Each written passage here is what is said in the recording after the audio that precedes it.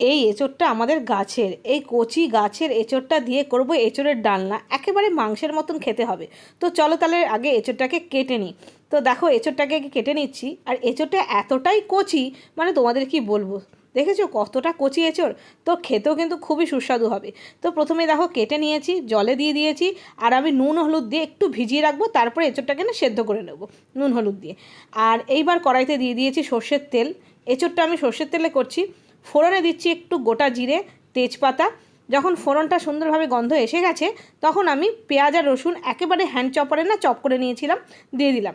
পেঁয়াজ দিয়েছি এখানে আমি দুটো মাঝারি সাইজের, আর 3-4 কোয়া রসুন দিয়েছি। এবার দিয়ে দিলাম ডুমো করে কেটে রাখা আলু।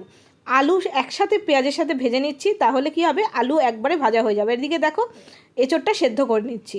তো এবার ভালো করে ভেজে নিচ্ছি, দেখো সুন্দরভাবে কালার এসে গেছে পেঁয়াজে। এবার আমি দিয়ে দিলাম বড় সাইজের একটা টমেটো, দিয়ে দিলাম 1 চামচ মতন আদা গ্রেট করা। এবার আদা টমেটোটাকেও একটু নাড়িয়ে নিচ্ছি যাতে কাঁচা গন্ধটা বেরিয়ে যায়। এবার ভালো করে মশলাটাকে নাড়িয়ে দিয়ে দেবো শুকনো মশলা। ঠিক এইভাবে এঁচোড় রান্না করে দেখো, খেতে হবে একেবারে মাংসের মতো। মাংস ফেলে তোমরা এই এঁচোড় খাবে, এমনি টাটকা এঁচোড় গাছের। তো এবার মশলা দিয়ে দিচ্ছি। মশলার মধ্যে দিয়ে দিলাম প্রথমে নুন, তারপরে দিয়ে দিলাম হলুদ। এবার দিয়ে দিচ্ছি জিরের গুঁড়ো, আমি এখানে 1.5 চামচ মতন জিরের গুঁড়ো দিলাম, আর 1 চামচ মতন ধনের গুঁড়ো দিলাম। আর ঝাল লঙ্কা দিলাম আমি 2 চামচ মতো, তাহলে একটু ঝাল ঝাল হবে, কারণ এটা হবে পুরো মাংসের মতন, আমি সেই জন্য ঝাল লঙ্কাই ব্যবহার করলাম। এবার সব মশলা দিয়ে বেশ ভালো করে একটু কষাতে হবে। অল্প একটু জল দিয়ে দিচ্ছি, তাহলে মশলাটা ভালো করে কষতে সুবিধা হবে।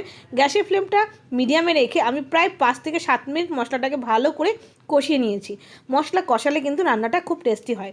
তো মশলা ভালো করে কষিয়ে নিয়েছি, দেখো তেল ছেড়ে দিয়েছে সাইড থেকে। এইবার আমি সেদ্ধ করা এঁচোড়টা দিয়ে দিয়েছি, আর এঁচোড়টা দিয়েও কিন্তু আমি আরও 5 থেকে 7 মিনিট ভালো করে মশলার সাথে কষিয়ে নেব।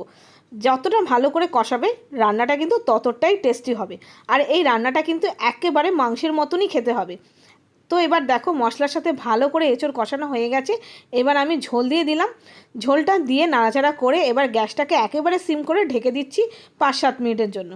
তো 5-7 মিনিট পরে দেখো একেবারে রান্নাটা কিন্তু হয়ে গেছে, এঁচোড় সুন্দরভাবে গলে গেছে, আলুও গলে গেছে।